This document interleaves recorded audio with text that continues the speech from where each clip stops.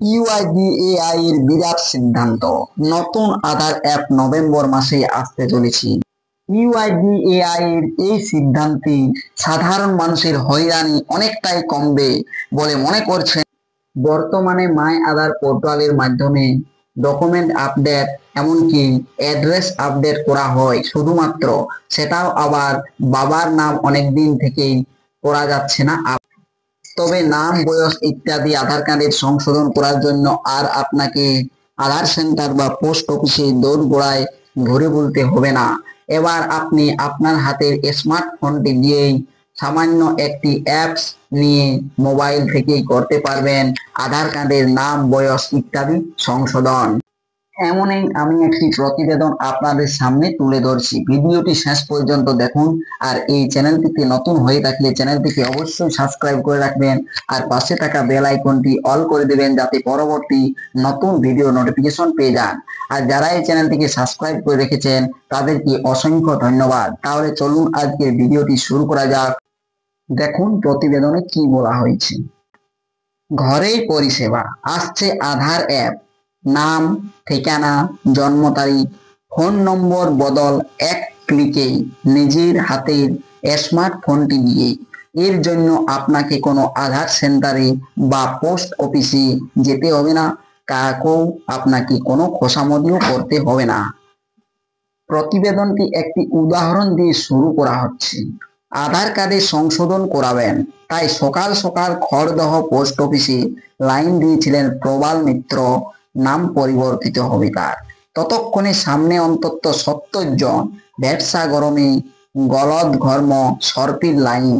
দীর্ঘক্ষণ সেই লাইনে ঠায় দাঁড়িয়ে থাকার পর কাউন্টারের কাছাকাছি পৌঁছতেই প্রবাল বাবুর মাথায় হাত। ভিতর থেকে জানানো হলো লিঙ্ক চলে গিয়েছি। কতক্ষণে ফিরবি? আজ আদৌ ফিরবি কিনা সেই গ্যারেন্টি নেই। অগত্য হতাশ হয়ে বাড়ির পথ ধরতে হলো লাইনে থাকা সকলকেই। ঘটনা হলো, গোটা দেশে রোজ প্রবাল বাবুর মতো অগুন্তি মানুষকে, অর্থাৎ গোনা যাবে না, এভাবে হয়রানি হতে হয়। এই মুশকিল আসানেই নয়া ভাবনা কেন্দ্রীয় সরকারের ব্যবহারকারীদের সুবিধার্থে একটি নতুন কিউআর কোড বেস ই আধার মোবাইল অ্যাপ বানাচ্ছে unique identification authority of India, অর্থাৎ ইউআইডিএআই। এই নয়া অ্যাপের মাধ্যমে ঘরে বসেই অনলাইনে করা যাবে আধার কার্ডের নাম, ঠিকানা, মোবাইল নম্বর ও জন্ম তারিখের মতো এক ঝাঁক ব্যক্তিগত তথ্যের আপডেট বা সংশোধনের কাজ। আধার সেবা কেন্দ্র বা পোস্ট অফিসের চক্কর কাটার প্রয়োজনেই পড়বে না। খুব সম্ভবত আগামী নভেম্বর মাসেই প্লে স্টোর ও অ্যাপ স্টোরে আধার অ্যাপে নতুন এই আপডেট চলে আসবে। তারপর কোনো ঝক্কি বা হয়রানি ছাড়া ঘরে বসেই স্মার্টফোন থেকেই আধার কার্ড প্রয়োজনীয় সংশোধন করতে পারবেন আমজনতা। নিজের থেকে নিজের স্মার্টফোন দিয়েই আধার কার্ডের নাম, জন্ম তারিখ, মোবাইল নম্বর আপডেট করাতে পারবেন। সরকারি সূত্রে খবর, নয়া এই অ্যাপ তৈরির কাজ এখনো শেষ হয়নি, তবে পরিকল্পনা ও নির্ঘণ্ট মোতাবেকই তা এগোচ্ছে। সবকিছু ঠিকঠাক চললে বছর শেষের আগেই আগামী নভেম্বর মাসে আধার অ্যাপের নতুন আপডেট হিসাবে সেটি চালু করা সম্ভব হবে। তখন সিঙ্গল ডিজিটাল ইন্টারফেসের মাধ্যমে কোনো রকম ঝঞ্ঝাট ছাড়াই আধার তথ্য আপডেট করার ইউজার ফ্রেন্ডলি সমাধান ভারতবাসীর হাতে চলে আসবে। নতুন এই অ্যাপে ফেস আইডি প্রযুক্তির সঙ্গে আর্টিফিশিয়াল ইন্টেলিজেন্সের সংমিশ্রণে দেশ জুড়ে নিরলস ও নিরাপদ ডিজিটাল আধার পরিষেবা মিলবে।